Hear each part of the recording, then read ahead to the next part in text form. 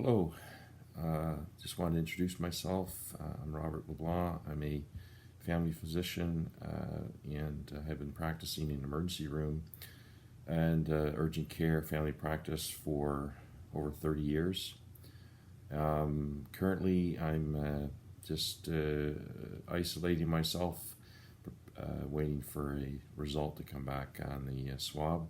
So I just thought I'd better take the time that I do have right now, do something that's been on my mind for a long time. Like I said, I'm a physician. I practiced, did my schooling in Newfoundland, and I took the oath, Hippocratic oath, to do no harm. And it's been my pledge over the years to try and help people heal, to provide means for healing, means for healing physically and mentally, and spiritually, if the opportunity is risen and the person is interested in that. So I would like to start by saying that I've seen a lot of changes in medicine over the years, and currently we are in a crisis that we have not experienced in our lifetime. And it just gives people time to reflect and think, and some taking it upon themselves to say or do things that they've wanted to do for a while. So this is me taking that opportunity. My concern that I do have for medicine is that unfortunately I think over time, and with the emphasis on finances and financial gain, that we've in some ways lost the care from healthcare. And I want to share this message today with you to let you know why I care and what I care for.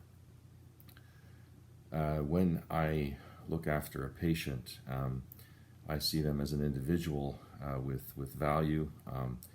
And every person I see with extreme value that we can't put a monetary price on.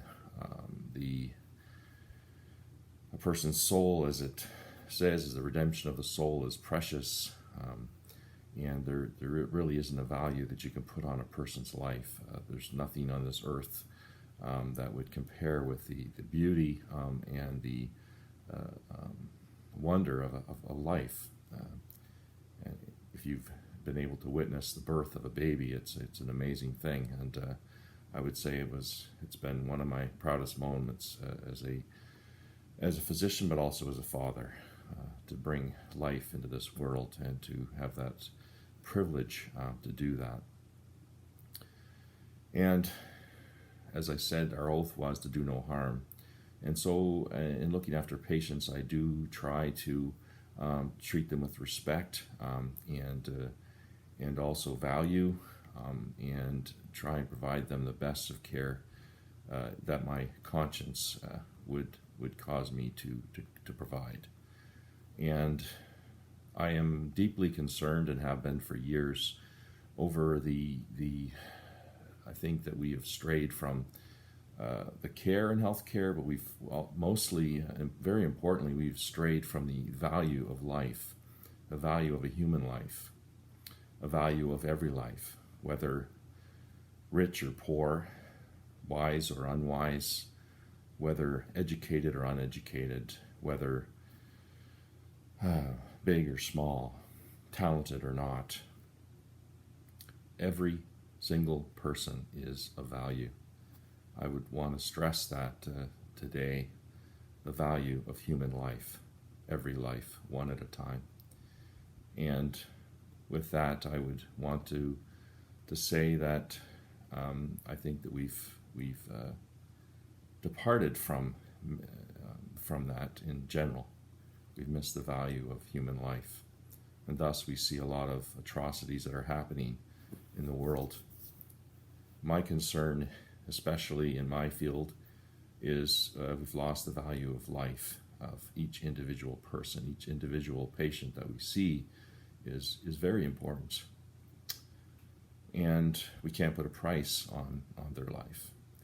And as we've seen as COVID has swept across the world, it has caused us to rally together to try and preserve human life again, and to try and find a cure for this virus, and to provide healing, and to keep people from dying. And as I said earlier, what's been on my heart for years is that we miss the value of every single life. I want to speak up this today for those who can't speak for themselves, those who aren't able to. They're not able to because they're not alive anymore, or they're not able to because they're not able to speak for themselves. And I want to raise my voice for them loudly, to the medical community, to people in general. I see there is a life inside a womb of a mother. And when I look after a lady that has a life within her, in her womb, that is safe, then I consider before me two people of value, the same value, a lot of value, very precious, the patient and the child within her womb. And because of that, I am grieved, and I want to speak up for the many lives that have been taken over the years.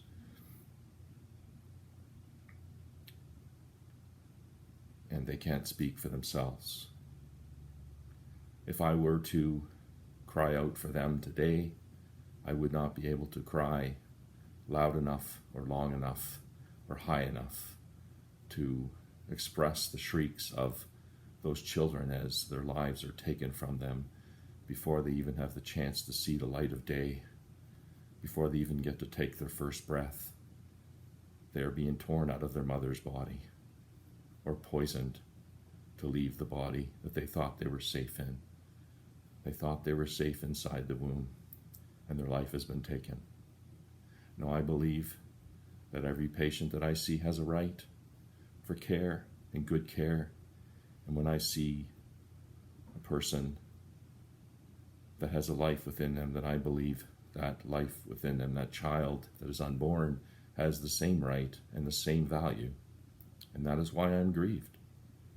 And I believe that I've sat silent long enough, and I want to put this out to you today to just put your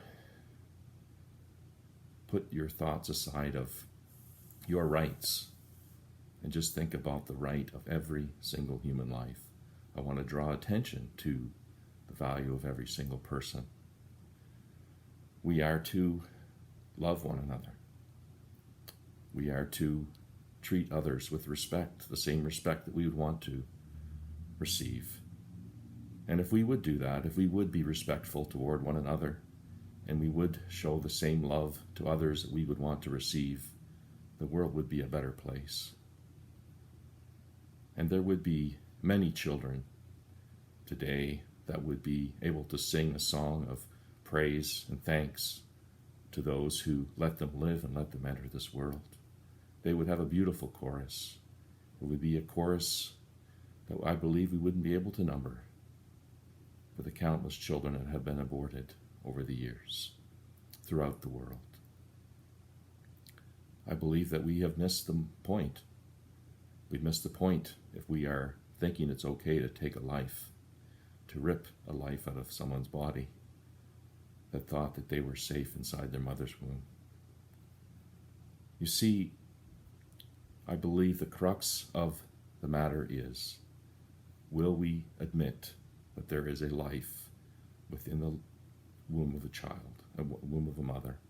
Will we admit that that heart is beating? Would we admit that there are brain cells developing, that there is movement of their limbs? It is not just matter. They are fearfully and wonderfully made. As they are being formed inside their mother's body, it is a wonder. It is a beautiful thing. And though we can try to explain it with science, what happens, yet it is still wonderful to realize as they are being formed and their little eyes open for the first time, and their ears form, and their little legs and their little hands, and they develop into a human being. When do they become human? They become human when they are conceived.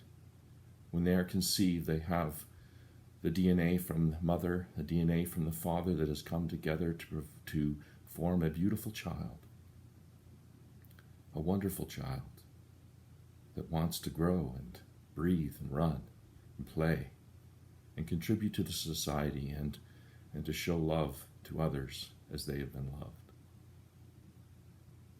I don't know how much or how to express it anymore. I'm without words to express the grief.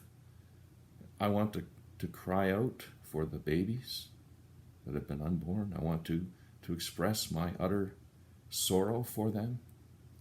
And I'm without words because I cannot script it. I cannot say how sad they are.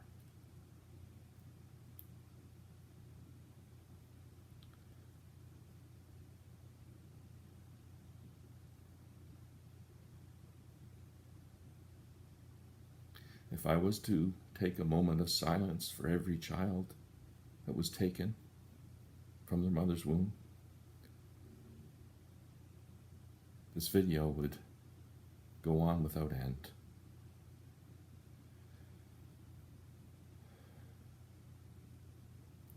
Take time today to think and reflect on the value of life and how you can respect others regardless of their circumstance in life, regardless of the color of their skin. We all come from the same DNA. We're all made up the same. A variety, yes, we're all of different types and shapes and sizes, different passions and different pursuits in life, but we all have the same value, and there's no price that you can put upon it. I want to speak against those that are making money off of this corporation, of this evil action that is happening to take the life of a child. I understand in some ways how that you want to do what you want to do and you want to accomplish what you want to accomplish. And if this comes into your life, there is a big disruption. I'm the proud father of 5 children, and they brought joy and tears, but I don't regret having them. And when I leave this earth, they will be here, and they will carry on. So I plead with you today. I plead with you. Don't forget that there is value in human life. So much value that we have left that course a long time ago. We've gone down a road, but we don't have to say that that road cannot be turned around or be stopped.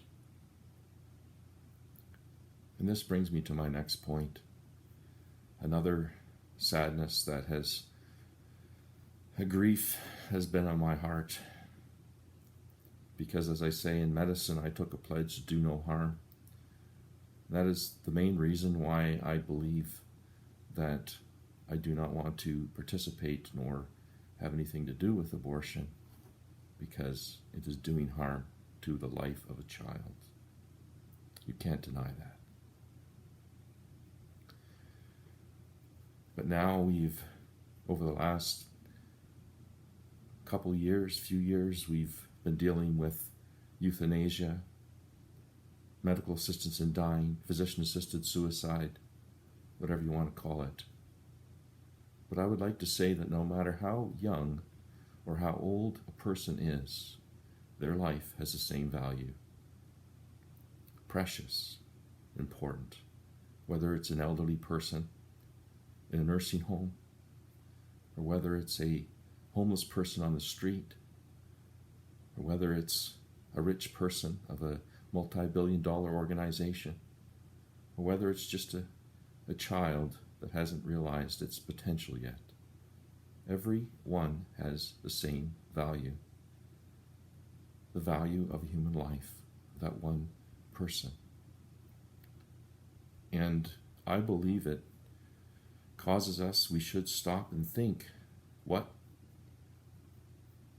am I going to do or not do to preserve life, to promote life, to speak up for life, to speak up for those who can't speak for themselves? What are we doing? Why are we bringing in physician-assisted death? I've spent many years and hours talking to patients that have been so depressed or anxious or overwhelmed that they can't go on. And I've talked to them to try and soothe them, to bring them some sort of comfort or hope or light at the end of the tunnel, so that they would see that there is a value in their life and that they do have something to contribute to this world. They can't see it at the time, but oh, that they would see that they have value, that it's not right to take your own life. It's not right to take the life of an innocent person, to take someone else's life. And as a physician, I cannot have any part to do with ending someone's life.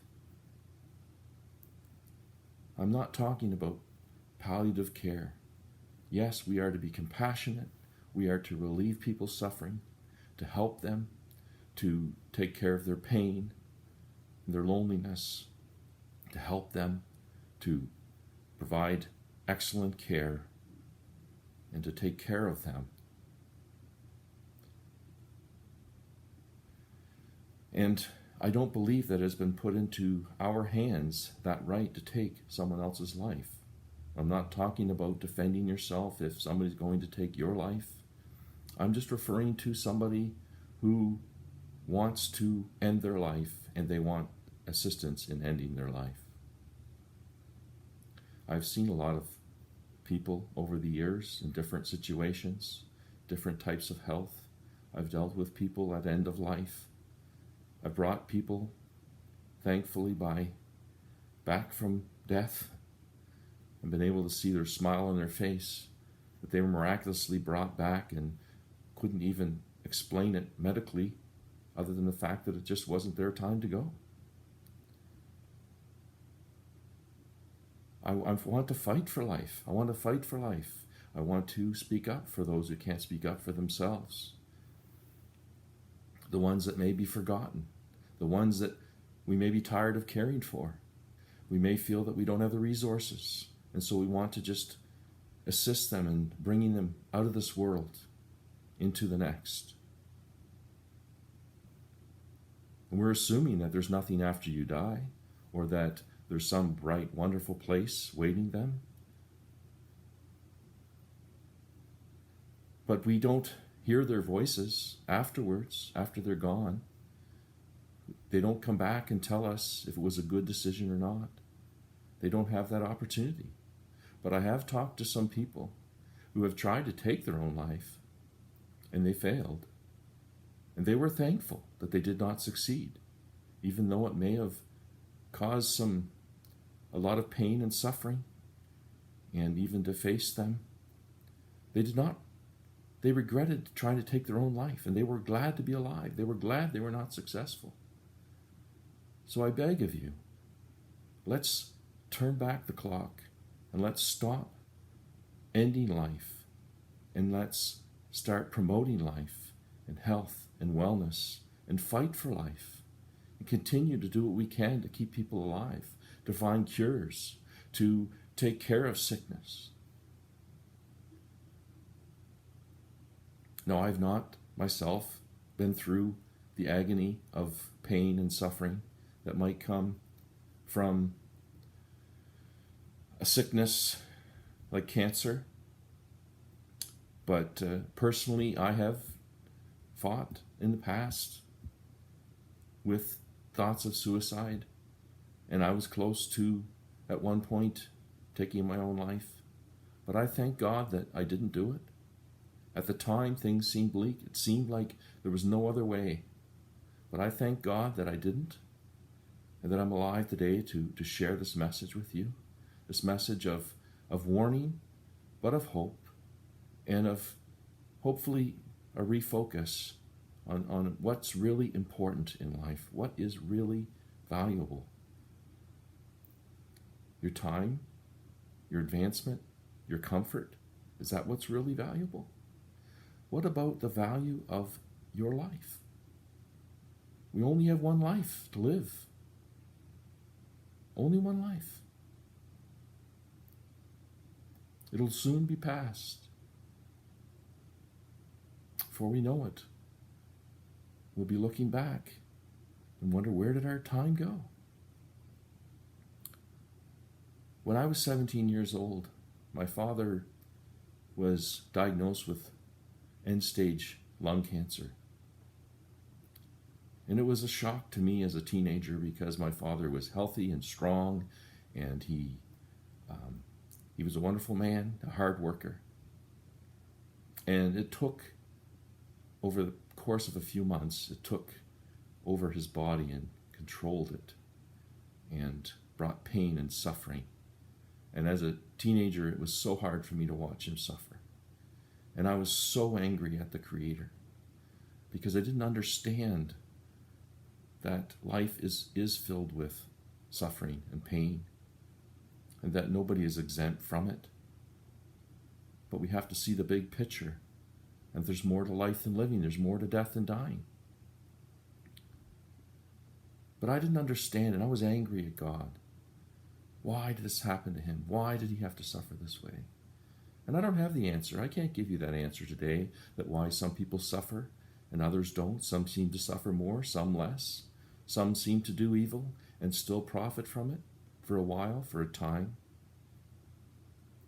Others work hard, and then, like my father, in his 50s, his life was taken from him.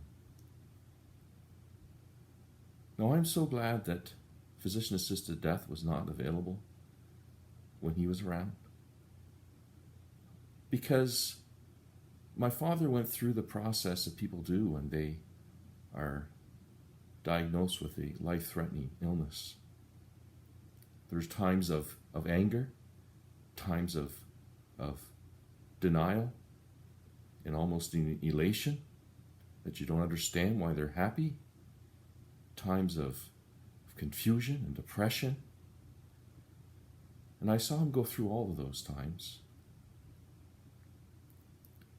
But in those course of those months, he was able to reconcile with his children.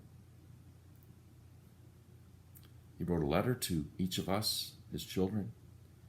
He was able to take care of things. He was able to reconcile with his wife, my mother. Not to say that we weren't in bad shape. We were just like other families. We all have some dysfunction. What I'm saying is that he had time to take care of things at the end of life. And I believe that this process of time, where a person knows that they are going to die in a short order, they have time. The ones that are taken suddenly do not have that time. But my father had the time to go through, to reevaluate his life, to reevaluate what comes after life. He was able to really pay attention to the important things. And he was able to consider God and reconcile with God through Jesus. I remember the last Christmas that Dad was home, and he was dying. He died in February, 2 months after. But I remember that last Christmas, and he had a certain peace in his heart, and it wasn't that he was confused. He knew that the end was near. He wasn't at that stage when people get that they seem happy and they shouldn't be. He had peace in his heart because he had made peace with others, and he had made peace with God through Jesus. And because of that, I just remember him listening to the Christmas hymns and sitting there and watching others, and I could just see the love in his heart. as he looked around and saw his children that he brought into the world with love, knowing that though his life was going to be done soon, he was able to reconcile. And that is why I am so against physician-assisted death. Because we can't interview the people afterwards that have done this. We don't know if they were happy that they felt they made a good decision. We have no reports, no studies can we do on this earth to say, I made a good decision.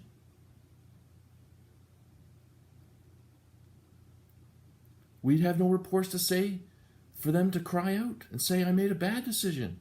I'm so sorry I did this. You see, we are given a certain time on this life. We don't know how long. Some live longer than others. Some live to be over 100 years old. Others are cut short. And as I already said, there are others that don't even get to leave their mother's womb. And what I'm urging you today is to consider, whether you're in medicine or whether you're whatever field you're in, what's most important is your life and the life of others. It's time that we start treating people with respect and love, and we value every single human life, whether in the womb or whether on a sick bed or whether depressed or whether educated or uneducated, rich or poor, to consider them all with the same value and show them the same respect and love that we would want them to show us. To love one another as you would want to be loved. And so I plead with you today this comes from years of thought and years of heartache. And I want to speak up for those who can't speak up for themselves because their lives have been taken from them prematurely. We only have one life to live. We only have a certain time on earth. Let's not cut it short, but let us learn and do and participate in this life as much as possible. And I don't want you today, if you see this video at any time, and you have a terminal illness, I don't want you to think that I'm pointing my finger at you and judging you. I am not. All I am saying is that you still have value in this world. And I know you may be suffering. I know you're suffering and you're hurting and you don't see a light in the end of the tunnel. But I want you to see that there is something for you today to do and tomorrow that you can do to show that you have value in this life. And it might be reconciling with one person. It might be just giving a smile to someone and cheering their day, a hug. I know in these days we say we can't hug people, but you can at least smile. And if you have a mask on, just express to them that you love them, you care for them, and they are of importance to you. I just want to let you know that today. And I pray that you will give it some thought. May God bless you and keep you and make his face shine upon you and give you peace and turn his face toward you. I hope and I pray that you will consider the words I've shared today from my heart.